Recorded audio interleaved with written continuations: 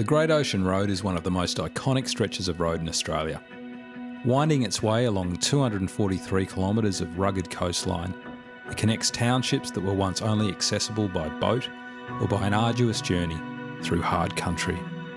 Built in part by returned servicemen, the road is a living memorial to the Victorians who served in World War I and the longest war memorial in the world. 2019 marks 100 years since construction began.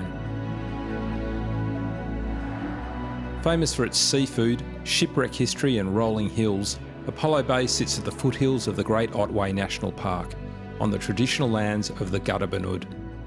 The Eastern Maar people have lived on this country for generations, with occupation sites dating back as far as 40,000 years. Our generations have been here forever. When I say my country, it is in the same way that I say, this is my daughter, this is my son. I don't own them, but they are mine. I belong to them, they belong to me. And it is in that tone that we say, this is our country, this is my country. The first European settlers to the area were timber cutters. In the 1850s, they built sawmills in the town. Although the bay provided a sheltered anchorage, the lack of a suitable pier meant that logs were floated out to sea to be loaded onto ships. Before the roads, sea travel was used a lot. My grandfather, he was one of the masters of one of the ships to bring supplies in and take supplies out. And of course, people rode their horses too. Before the road, the small fishing village of Apollo Bay was so cut off that in a medical emergency there was little that could be done to help. Your best shot at survival was to call on the bush nurse. They'd be called out middle of the night. They'd have their equipment in their backpack. They'd have a pack on their back and a pack on their horse. People from their farms further out, they'd come and get the nurse. If a woman was labouring, most of the women just had their babies with a friend to help them before the nurse was stationed here. Yes, they were wonderful people, those pioneers. How they stuck at it, really, and they always seemed to tackle it with strength and humour, and I can't help admiring them. In July of 1918, the Great Ocean Road Trust made the decision to build the 18-mile section of road from Lorne to Cape Patton first. On the 28th of August 1918, a survey team arrived in Apollo Bay to commence work, and in September of 1919, construction on the Great Ocean Road began.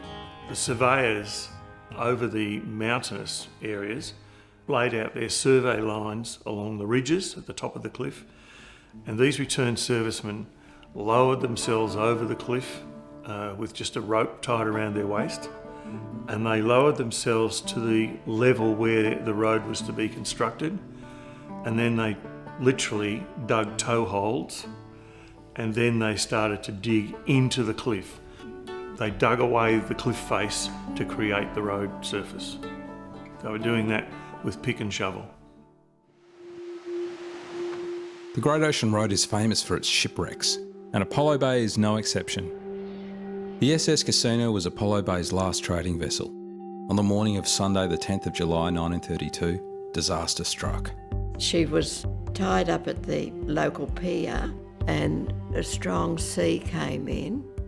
It was the captain's choice to leave, try and head back to Melbourne. It wasn't realised that the fluke of the anchor had pierced her hull.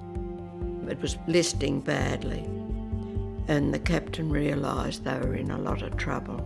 So then he tried to beach the ship.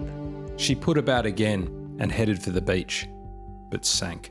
They tried to rescue people, but unfortunately there were 10 lives lost.